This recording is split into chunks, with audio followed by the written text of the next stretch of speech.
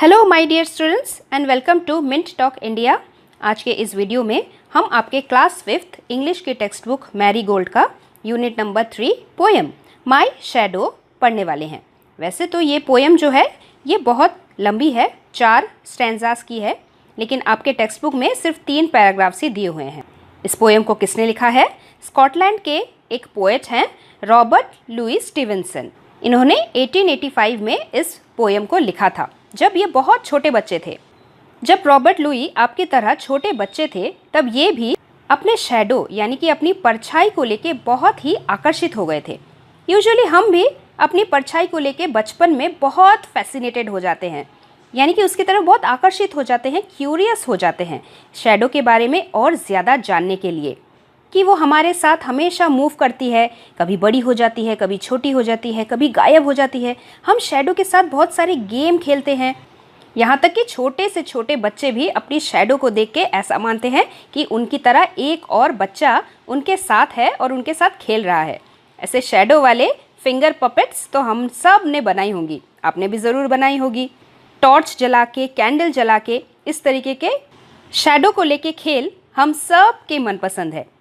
उसके बाद हम जब धीरे धीरे बड़े होने लगते हैं, हमें और ज़्यादा साइंस का नॉलेज होने लगता है, हम शैडो के फॉर्मेशन को एंड शैडो के टॉपिक्स को और ज़्यादा पढ़ते हैं, समझते हैं, तब हमें और डिटेल में पता चलता है। लेकिन बच्चे के दिमाग में जो क्यूरियोसिटी बनती है, मन में जो सवाल आते हैं, उन्हीं सवालों को लेके रॉबर्ट लुईस स्टीवेंसन ने ये पोएम लिखी थी।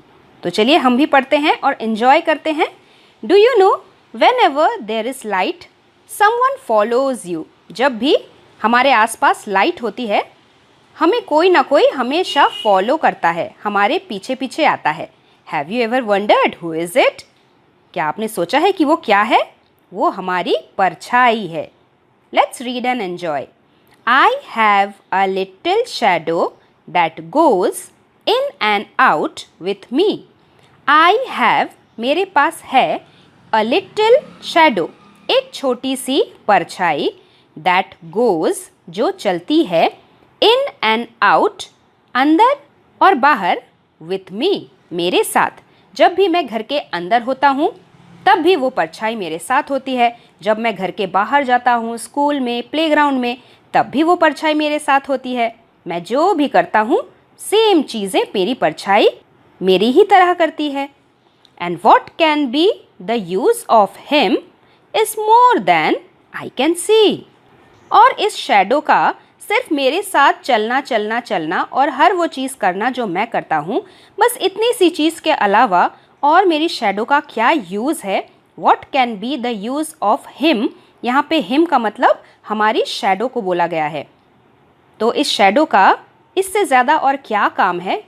बस इतना ही काम है कि वो हमारे साथ रहती है, हम जो करते हैं वो वही करती है, और इसके ज़्यादा क्या करती है मुझे तो पता ही नहीं चलता। The use of him is more than I can see, कि मुझे तो समझ में ही नहीं आता कि मेरे साथ चलने के अलावा मेरी परछाई का और क्या काम है। He is very very like me. He is मतलब हमारी जो शैडो है, हमारी परछाई है, is very very like me, बिल्कुल बिल्कुल मेरे जैसी है। From the heels up to the head, बिल्कुल मेरे पैर से लेके सिर की तरह। हील्स क्या होता है? हमारी एड़ी। आपने हिंदी में बचपन में पढ़ा है ना, ए से एड़ी, यानी कि हमारे पैर का ये जो नीचे वाला पोर्शन है। हील से लेकर हेड यानी कि सिर तक हमारी परछाई भी बिल्कुल वैसी ही है जैसे कि हम हैं। And I see him jump before me, और मैं देखता हूँ, I see him jump before me, मेरे पहले ही कूद जाती है। When I jump into my bed, जब मैं जंप करता हूँ, जब मैं कूदता हूँ मेरे बेड में। यानी कि ये जो फोटोग्राफ में हम देख सकते हैं, ये बच्चा सोने के लिए कूद कर अपने बिस्तर में आ रहा है, लेकिन उसके पहले ही ये शैडो बिस्तर पे आ चुका है और सो चुका है। तो इस फोटो को समझने के लिए सबसे पहले हम ये जानते हैं कि शैडो बनते कैसे हैं। ये किसकी फ़ोटो है? ये है सन रेज़ की। आपने ज़रूर इस तरीके के सन रेज़ क्लाउड्स भरे आसमान में से देखा होगा। सूरज की जो किरणें होती हैं वो स्ट्रेट आसमान से नीचे ज़मीन तक आती हैं। अब इन स्ट्रेट लाइट के रास्ते पे अगर कोई चीज़ आके खड़ी हो जाए, यानी कि लाइट के रास्ते पे कोई चीज़ आके बाधा डाल दे, तो क्या होगा, उस जगह पे लाइट आर पार नहीं जा पाएगी। तो जब ऐसी लाइट आर पार नहीं जा पाती, रास्ते पे कोई चीज़ खड़ी रहती है, तो उसी चीज़ का एक शैडो पीछे के सरफेस में बन जाता है। So what we can say, what is a shadow? Shadow is a dark shape which is formed on any surface when something comes in between the rays of light। यहाँ पे हमारे case में भी सूरज की जो रोशनी है वो जब नीचे धरती पे आती है और अगर बीच में हम खड़े हो जाते हैं तो उतनी सी जगह सन रेज नहीं पार कर पाती, और इसी कारण हमारी एक लंबी सी डार्क कलर की, ब्लैक कलर की परछाई नीचे ज़मीन पे हमें नज़र आती है। तो हम कह सकते हैं for the formation of shadow light source is very important. बिना लाइट के शैडो तो बनेगी ही नहीं, और इस केस में सन सबसे बड़ी लाइट सोर्स है। अच्छा, क्या शैडो सिर्फ दिन के वक्त ही बनती है? क्योंकि सूरज तो सिर्फ दिन में ही निकलता है। रात में क्या होता है? रात में मून लाइट होता है, स्ट्रीट लाइट्स भी जलते हैं, और यहाँ तक कि हमने कैंडल से और टॉर्च लाइट से गेम खेल के दीवारों पे शैडोज़ इस तरीके के भी ज़रूर बनाए हैं। तो इसीलिए हम ये नहीं कह सकते कि शैडो सिर्फ दिन के वक्त ही बनते हैं। शैडो रात के वक्त भी बन सकते हैं, बस हमें सिर्फ एक सोर्स ऑफ लाइट की ज़रूरत होती है। शैडो का एक और इंटरेस्टिंग फैक्ट ये है कि शैडो हमेशा ब्लैक कलर के होते हैं, वो कभी भी कलरफुल नहीं होंगे, और शैडो हमेशा लाइट सोर्स के ऑपोजिट साइड ही बनेगी। यानी कि अर्ली इन द मॉर्निंग, सुबह सुबह जब सूरज ईस्ट दिशा से उगता है और हमारे ऊपर पड़ता है, तो हमारी जो परछाई होगी वो वेस्ट साइड में बनेगी, यानी कि सन के ऑपोजिट डायरेक्शन में, लाइट सोर्स के ऑपोजिट डायरेक्शन में। वैसे ही दोपहर के वक्त जब सूरज एकदम हमारे सर के ऊपर होगा, तब हमारी परछाई एकदम हमारे पैरों के नीचे होगी, और शाम के वक्त जब सूरज वेस्ट दिशा में चला जाएगा, in the west direction, that time our shadow will be formed on the east side. इसीलिए आप हमेशा याद रखिए, shadows are formed on the opposite direction of our source of light। और इसीलिए इस बच्चे ने बोला है and I see him jump before me, मैं देखता हूँ अपनी परछाई को मेरे पहले ही वो जंप कर लेती है। when I jump into my bed, जब मैं जंप करता हूँ अपने बिस्तर में। यहाँ पे भी इस बच्चे के रूम में ज़रूर कोई बल्ब या फिर ट्यूबलाइट जल रहा होगा, सोर्स ऑफ लाइट, और यहाँ से लाइट रेज जब इस बच्चे के ऊपर आ रही होगी तब इस बच्चे का शैडो बन गया होगा। और शैडो क्योंकि अपोजिट डायरेक्शन में बनता है, तो इस बच्चे का शैडो बेड के ऊपर बन जाता है, और इस बच्चे को लगता है कि मुझसे पहले ही मेरी शैडो जंप करके मेरे बेड में आ जाती है। तो क्या आपको समझ में आ रहा है, मज़ा आ रहा है? तो जल्दी से लाइक बटन को प्रेस कीजिए ताकि मुझे भी पता चले, और साथ ही और शेयर भी कीजिए अपने दोस्तों के साथ ताकि वो भी इस प्यारी सी कविता का मजा ले। Now let's read further. The funniest thing about him is, funniest मतलब सबसे ज़्यादा हंसी दिलाने वाला, FUNNY, फनी का मतलब मुस्कुराहट लाती है, हमें हंसाती है। फनीएस्ट मतलब सबसे ज़्यादा जो फनी होगी। The funniest thing about him is, him मतलब वही शैडो, शैडो के बारे में सबसे मज़ेदार बात ये है कि the way he likes to grow, कि वो शैडो कितने जल्दी जल्दी ग्रो करती है, बढ़ती है। ग्रो करना यानी कि छोटे से बड़ा होना, ग्रो करना। जैसे अगर आपने नोटिस किया है, आफ्टरनून के समय हमारी परछाई एकदम छोटी होती है क्योंकि सूरज एकदम हमारे सर के ऊपर होता है, जबकि मॉर्निंग टाइम और इवनिंग टाइम में हमारी परछाई बहुत लंबी होती है क्योंकि सूरज ईस्ट साइड में या फिर वेस्ट साइड में रहता है। तो यहाँ पे हम इस पिक्चर में देख सकते हैं ना, ये छोटा सा बच्चा और उसकी कितनी लंबी परछाई है। यहाँ पे भी छोटे बच्चे और इनकी परछाई कितनी लंबी है। जब रॉबर्ट लुईस स्टीवेंसन छोटे बच्चे थे तो उन्हें भी ये चीज़ बहुत ही मज़ेदार लगती थी कि हमारी जो परछाई है वो कभी भी ग्रो करती है और वो कितनी मज़ेदार है दिखने में। Not at all like proper children, बिल्कुल भी नहीं, नॉट एट ऑल मतलब बिल्कुल भी नहीं, लाइक प्रॉपर चिल्ड्रेन, हम जैसे बच्चों की तरह, which is always very slow, जो कि बहुत धीरे धीरे ग्रो करती हैं, स्लो ग्रो करती हैं। आप कैसे हो अभी? छोटे बच्चे हो। क्या आप कल अचानक से बड़े हो जाएंगे? नहीं। क्या आप अचानक से छोटे बेबी हो जाएंगे? वो भी नहीं। आप तो धीरे धीरे बढ़ेंगे, आपकी ग्रोथ स्लो होगी।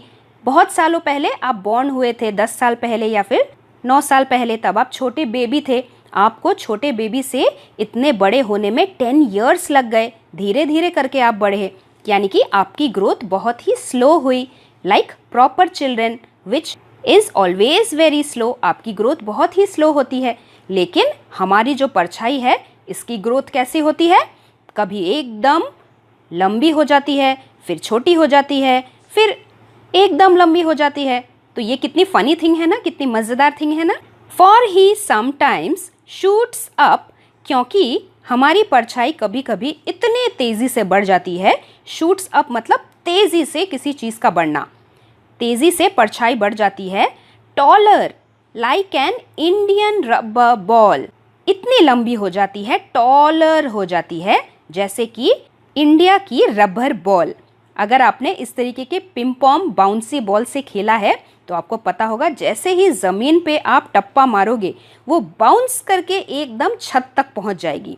तो वैसे ही शैडो के बारे में भी कहा गया है कि कभी कभी तो ये एकदम छोटी सी होती है और कभी कभी रबर बॉल की तरह बाउंस करके एकदम लंबी हो जाती है।